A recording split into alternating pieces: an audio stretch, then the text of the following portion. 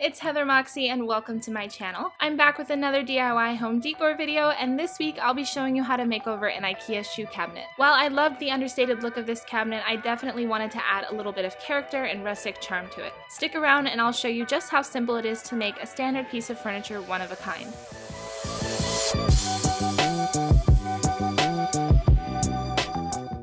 So we recently visited family and fell in love with their Hemnes shoe cabinet. The functionality along with the simple design had us at Ikea picking up one for ourselves. I definitely wasn't happy with the price tag, however, I knew it would clean up our entryway and we wouldn't find anything similar within our price range. I started looking into how I could customize it for our home, which led me to a Dutch website selling decals for furniture. But you can essentially achieve this look with all sorts of mediums, whether you use vinyl decals, wallpaper, flooring, and paper would be the cheapest. So I decided it would make the perfect DIY and stumbled upon a very cheap roll of photography backdrop paper. The reviews for its actual purpose were hit and miss, with most reviewers describing it as similar to wrapping paper. I took a chance and what arrived at my door was the exact faux wood design I was looking for.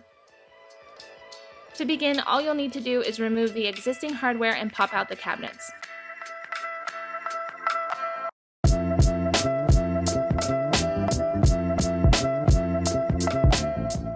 For supplies, you will need cabinet faces with hardware removed, spray adhesive, spray Mod Podge, I used one in a matte finish, decorative paper, drawer knobs, scissors or an exacto blade, a pencil, and a sanding block. I've never really worked with spray adhesive before, so I tested it on the back of a plastic cutting board. I really wanted to see how it would bond with the plastic and what would happen to it if I tried to remove it. I imagined it would rub off like a thin layer of glue and was very happy when it did exactly that. This was essentially my fail-safe. I wanted to know that if I hated the end result, I could remove the paper and eventually rub off the glue. Once I felt comfortable using the spray adhesive, I first attempted to use a tracing method for each cabinet. I wanted to cut out the exact amount of paper I would need for each cabinet face and then flip the cabinet faces to apply. This didn't work out too well and it was actually more difficult to work with the smaller pieces of paper.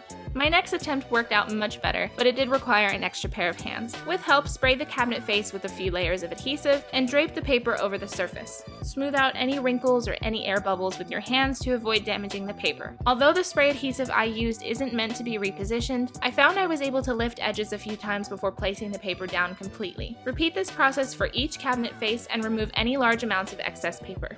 Repeat this process for the top and bottom edges using whatever you have to provide a straight edge. The plastic cutting board from before wasn't long enough for these edges, so I used this bulletin board. You can leave the cabinets as they are, or you can give them a layer of spray-on Mod Podge to seal the paper. This helps to protect the surface and give it a little more strength since it is only paper.